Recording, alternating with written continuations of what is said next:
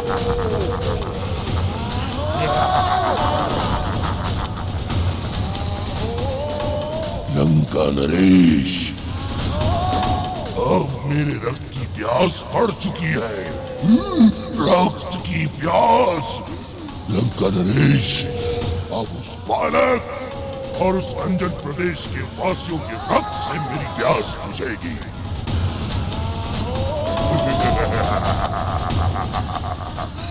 रक्त, रक्त।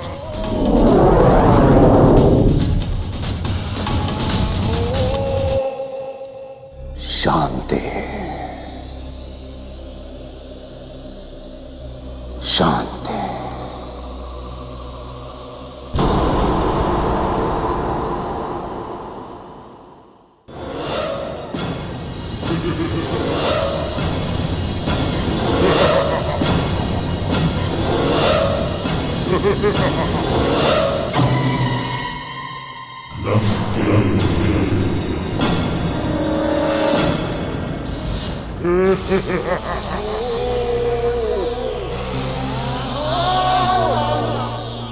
लंका नरेश, अब मेरे रक्त की प्यास बढ़ चुकी है। अब उस बालक और उस अंजन प्रदेश के वासियों के रक्त से मेरी प्यास बुझेगी। रक्त। हम तुम्हारे बल को भली भांति जानते हैं। ना तो तुम्हें वानर मार सकता है, न थाना, और ना ही मानव। कोई नहीं मार सकता तुम्हें, कोई नहीं। केसरी, अब ना तो तू बचेगा, ना ही तेरा मायावी पुत्र, और ना ही अंजन प्रदेश में रहने वाला एक एक वानर। समाप्त हो जाएगा सब कुछ, समाप्त, समाप्त।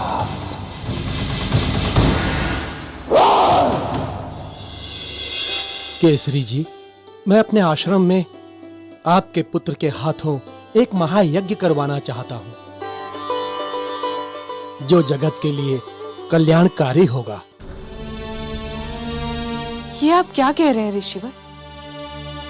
आपके होते हुए एक बच्चा यज्ञ करेगा? बच्चा तो भगवान का रूप होता है देवी अंजना। और फिर मारुति तो स्वयं भगवान शिव का प्रसाद है।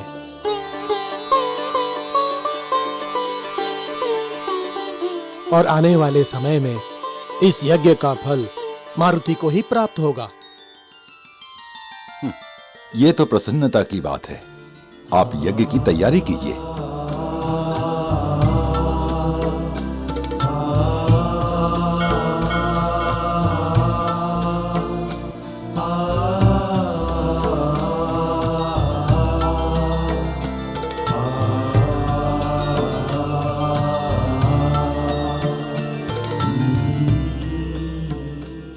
राजकाज सुचारू रूप से तो चल रहा है मंत्री जी।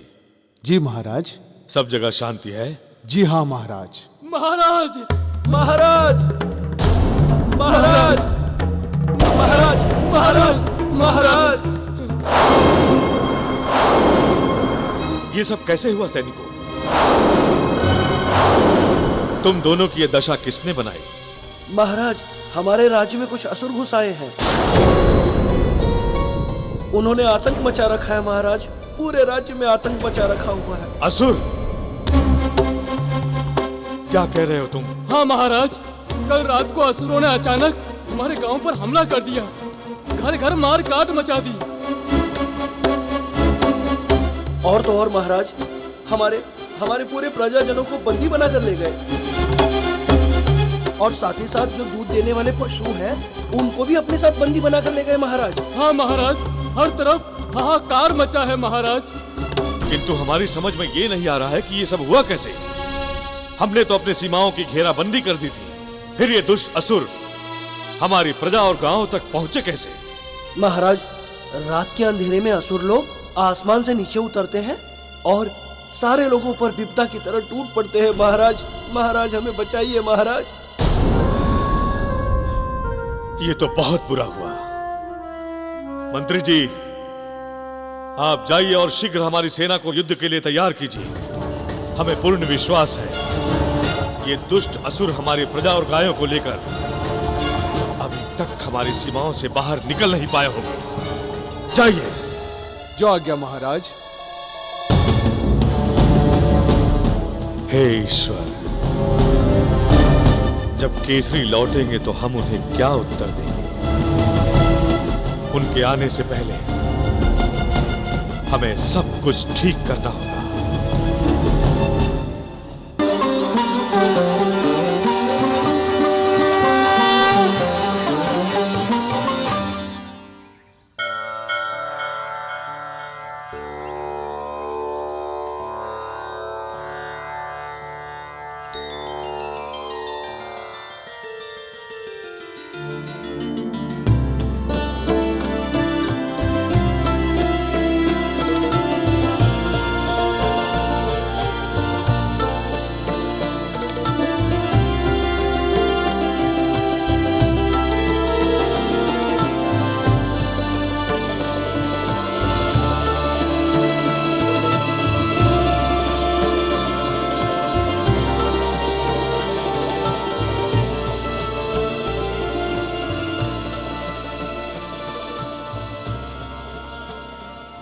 गुरुदेव, आपके दर्शन और आशीर्वाद पाकर हम सब धन्य हो गए।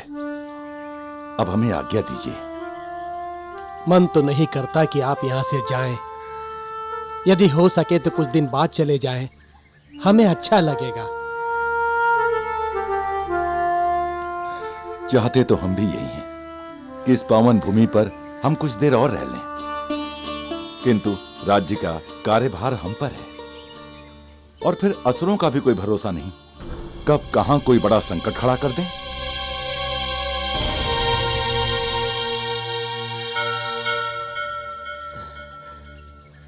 जैसी प्रभु की इच्छा।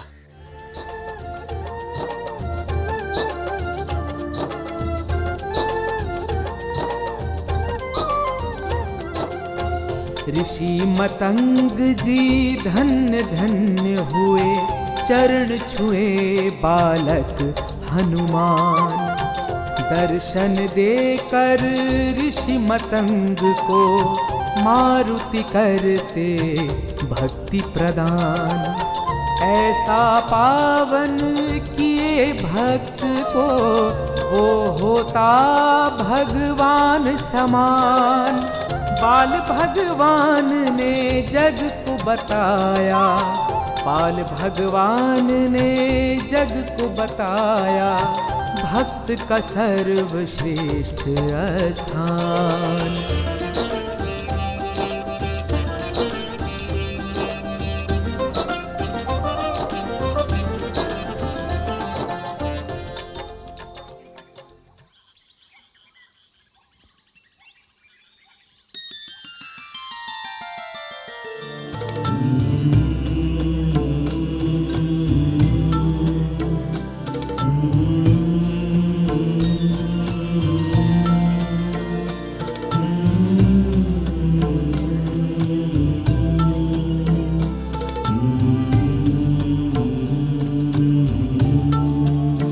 प्रभु, आपकी चरण धूलि से मेरी कुटिया पवित्र हो गई। आज मेरा जीवन धन्य हो गया। मेरी इतने वर्षों की तपस्या फलीभूत हो गई। ऋषिवर, आपके चरण छूकर मैं भी धन्य हो गया, क्योंकि इस धरती पर जो भी आता है उसके कल्याण के लिए ऋषियों के आशीर्वाद की सदा आवश्यकता रहती है।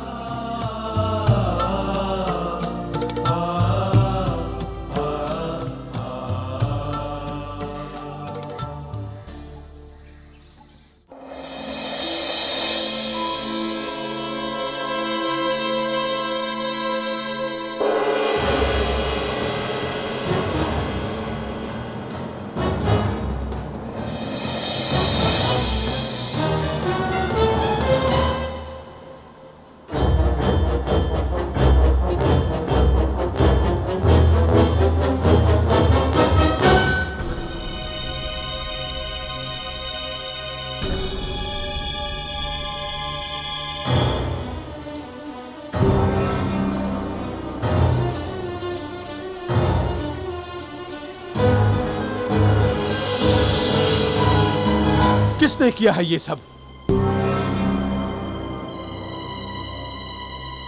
अरे कोई है?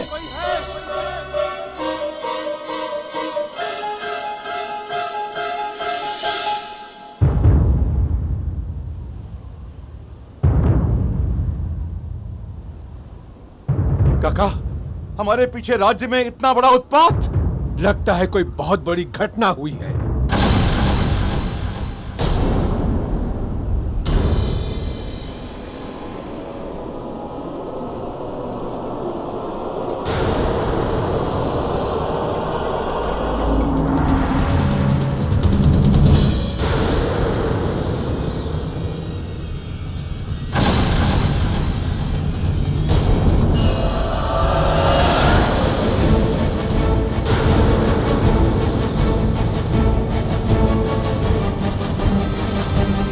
ये तो पैरों जैसे निशान दिख रहे हैं।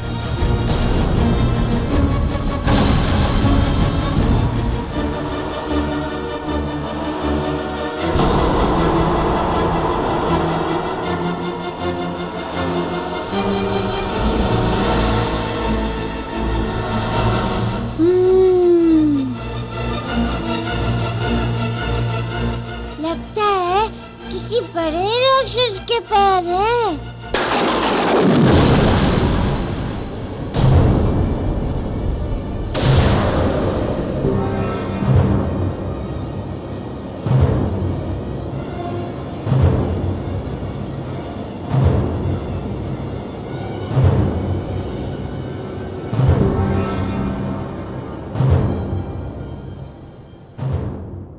ये कोई दैत्य हो सकता है। पाताल में अतिकाय और अकंपन दो ऐसे दैत्य हैं जिनका शरीर बहुत विशाल है, लेकिन अतिकाय अभी छोटा है और वो रावण का पुत्र है। और अकंपन पाताल का अधिकारी है और फिर वो कौन हो सकता है? हो सकता है जो भी हो, मुझे तो बस मारुति की चिंता है। कहीं वो नहीं अंजना, ऐसा कुछ भी नहीं हो सकता। मुझे इस सब में किसी का षड्यंत्र लग रहा है, वरना वो मुझ पर आक्रमण करने के बजाय इन निर्दोष लोगों पर क्यों अत्याचार करेगा? पर वो है कौन?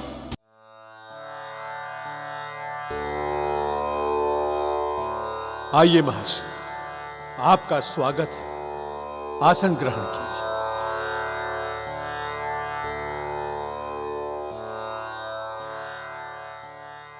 हे ऋषिवर, इस संकट के समय में आपकी जानकारी अति महत्वपूर्ण है।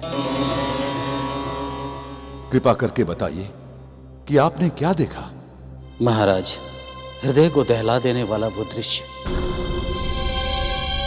जिसमें कितने लोग भय से मर गए।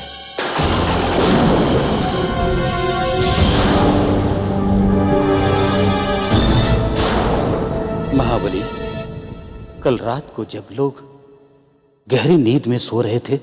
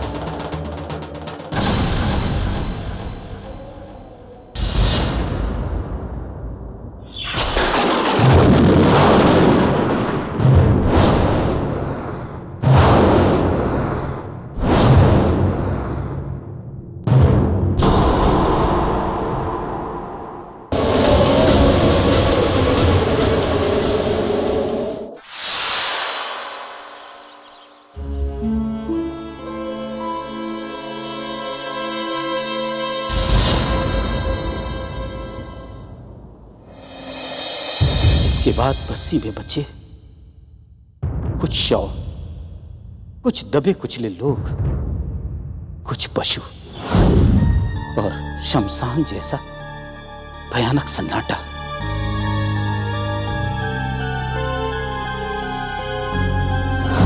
ये सारी कार्रवाई बदले की भावना से की गई है। खर और दूषण ने अपनी हार का बदला इस प्रकार लिया। जिसका भय था वही हुआ है। यह हमारे लिए सबसे शोक और दुख की घड़ी है। इस दुख की घड़ी में हमें असुरों के विनाश का संकल्प लेना होगा।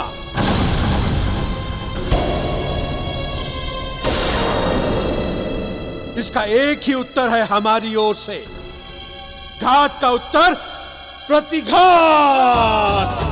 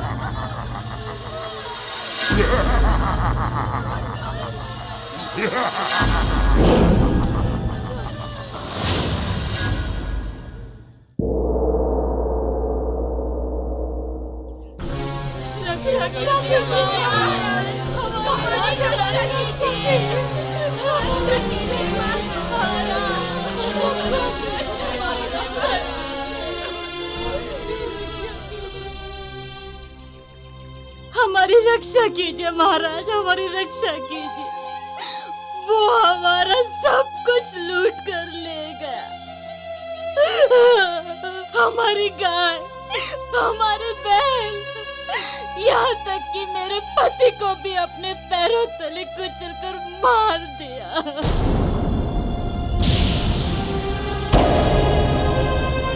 कृपा करके मेरी विनती ध्यान से सुनिए महाराज। उस राक्षस ने जो नुकसान किया सो किया महाराज, लेकिन वो इस बस्ती की दूध देने वाली सारी गायों को उठा कर ले गया है।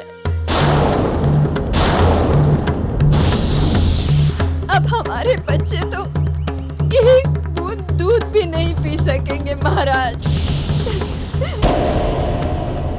महाराज कृपा करके अब जल्दी से कुछ कीजिए महाराज, नहीं तो इस बस्ती में इन बच्चों की समाधियां लग जाएंगी महाराज।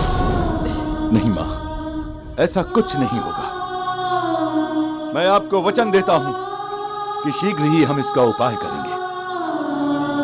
अपने प्राणों के रहते हुए अपने भविष्य को मिटने नहीं देंगे।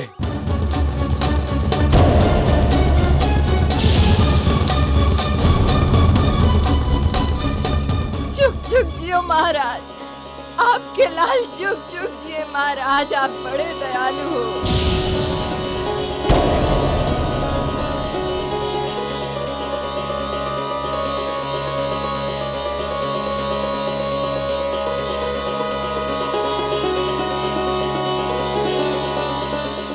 काका, हमें सबसे पहले बच्चों के लिए दूध का प्रबंध करना चाहिए। केसरी पुत्र, तुम्हें क्या लगता है वो दानव केवल इस क्षेत्र की गायों को ले गया है? नहीं पुत्र, वो इस क्षेत्र तो क्या पूरे सुमेरु प्रदेश की गायों को उठाकर ले गया है। वो हमारी आने वाली पूरी नई पीढ़ी को समाप्त कर देना चाहता है। काका, हमें उनके इरादों को सफल नहीं होने देना है। केवल हमें इतना पता लगाना है कि सारी गायें हैं कहां।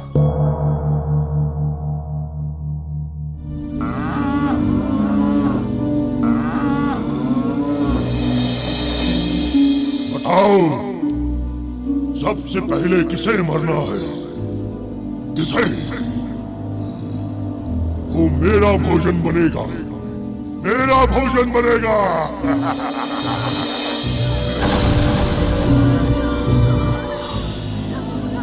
कितने दिनों के बाद महीने भर का भोजन हाथ आया। अब महीना भर तुम्हारा रक्त पीऊंगा, तुम्हारा मांस खाऊंगा। एक एक करके रक्त पीऊंगा, नहीं, मांस खाऊंगा, मांस खाऊंगा तुम सबका।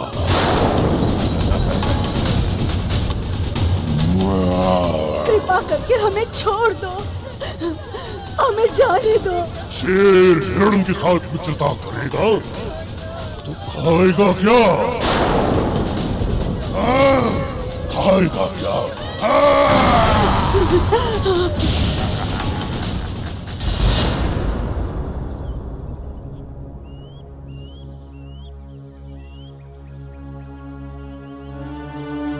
पुत्र, हमने और हमारी सेना ने पूरे अंजन प्रदेश का चप्पा चप्पा छान लिया है, किंतु हमारी गायों का कहीं कोई पता नहीं चल पाया।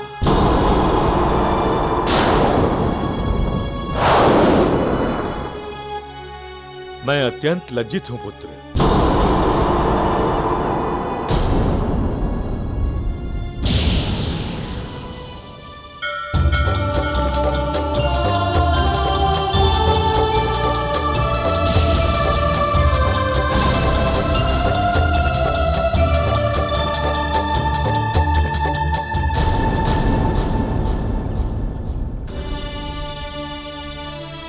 चाहे कुछ भी हो, हम हाथ पर हाथ धरे नहीं रह सकते। ये हमारे राजधर्म को चुनौती है और इस चुनौती को हम स्वीकार करते हैं।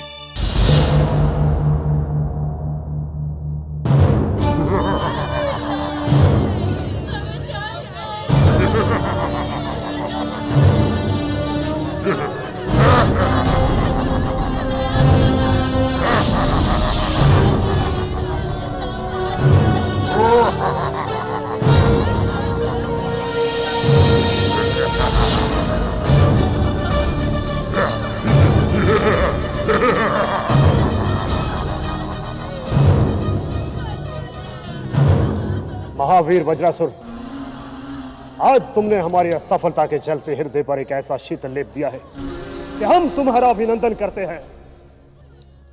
इस विजय की बधाई हो। हम भ्राता रावण से तुम्हारी बहुत प्रशंसा करेंगे। तुमने हमारे मन में टिमटिमाते हुए उम्मीद के दिए को फिर तेल से भर दिया है। अब आएगा वो केसरी का पुत्र हमारी मुट्ठी में, स्वयं चलकर यहाँ अवश्य आएगा।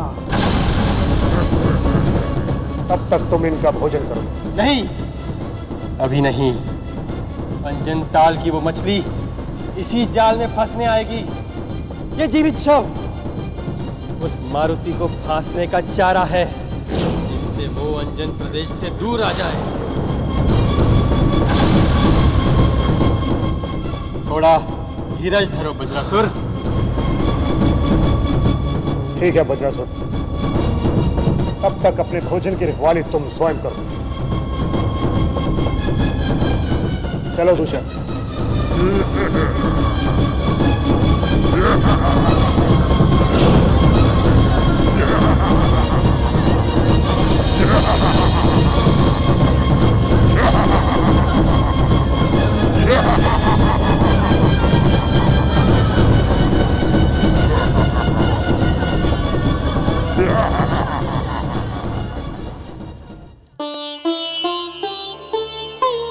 मारुति, तुम कहाँ चले गए थे? यहाँ एक राक्षस आया था, पूरे गांव को खा गया। मेरी माँ सुबह से भूखी है। हमारे यहाँ दूध भी नहीं है। सब समाप्त हो गया मारुति।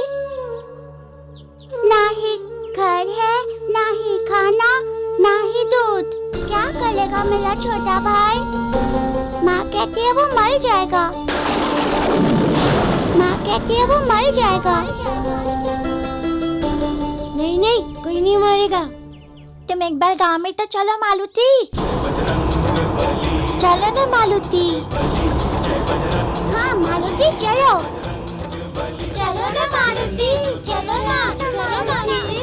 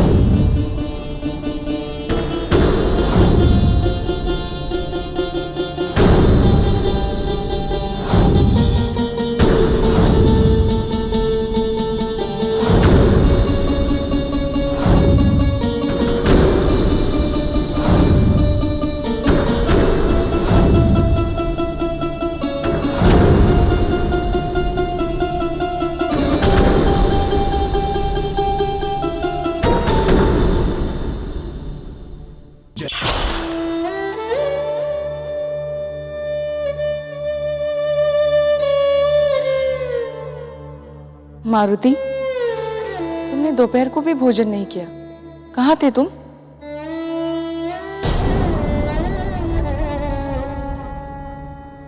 मारुति, बच्चा भूखा हो तो माँ को तब तक चैन नहीं मिलता जब तक वो उसे खिला न ले। माँ, जब तक पूरे राज का एक भी बच्चा भूखा है, मारुति कैसे खा सकता है?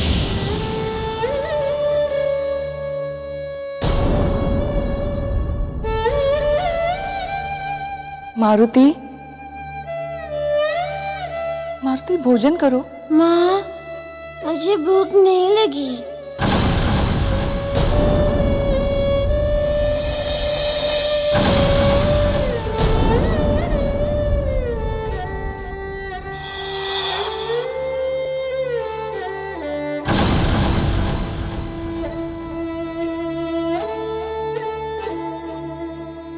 देवी, आपको ध्यान है, एक बार मारुति ने भूखे बच्चे को जब तक दूध नहीं पिला दिया तब तक उसने भोजन नहीं किया।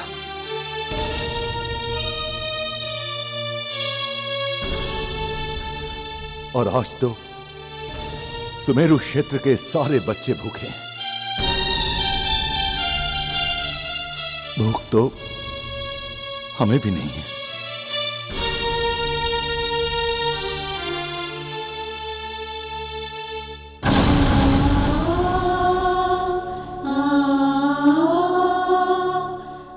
तो महाराज मुझे भी नहीं लगी, किंतु पहले जब मारुति बिना किसी कारण नहीं खाता था तब मैं चिंता करती थी, और अब वो किसी को भूखा नहीं देख सकता।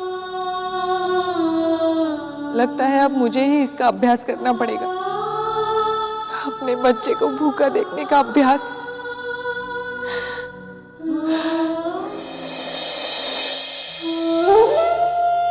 सभी माताएं दुखी हैं, चिंता में हैं। मेरी माता भी परेशान है। अगर ऐसा ही होता रहेगा तो पिताजी का राज्य संकट में पड़ जाएगा। कल से एक भी बच्चे ने दूध नहीं पिया।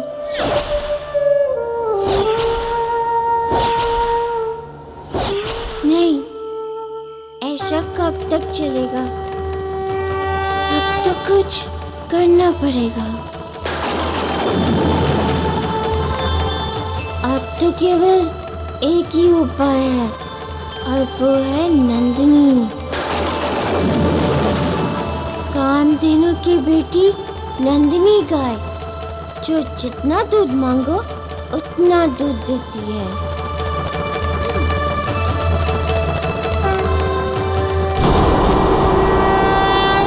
हे माता नंदिनी, इस संकट की घड़ी में मुझे आपकी सहायता चाहिए। प्रभु, आप पुत्र की पुकार को सुनिए और सारे बच्चों के प्राण बचाइए। आइए माता, आइए। आपने तो संकट के समय अपने पुत्र वशिष्ठ की रक्षा की है। आज यहाँ पे भी आपकी आवश्यकता है। माँ जब तक नहीं आएगी ये मारुति जल भी नहीं पिएगा।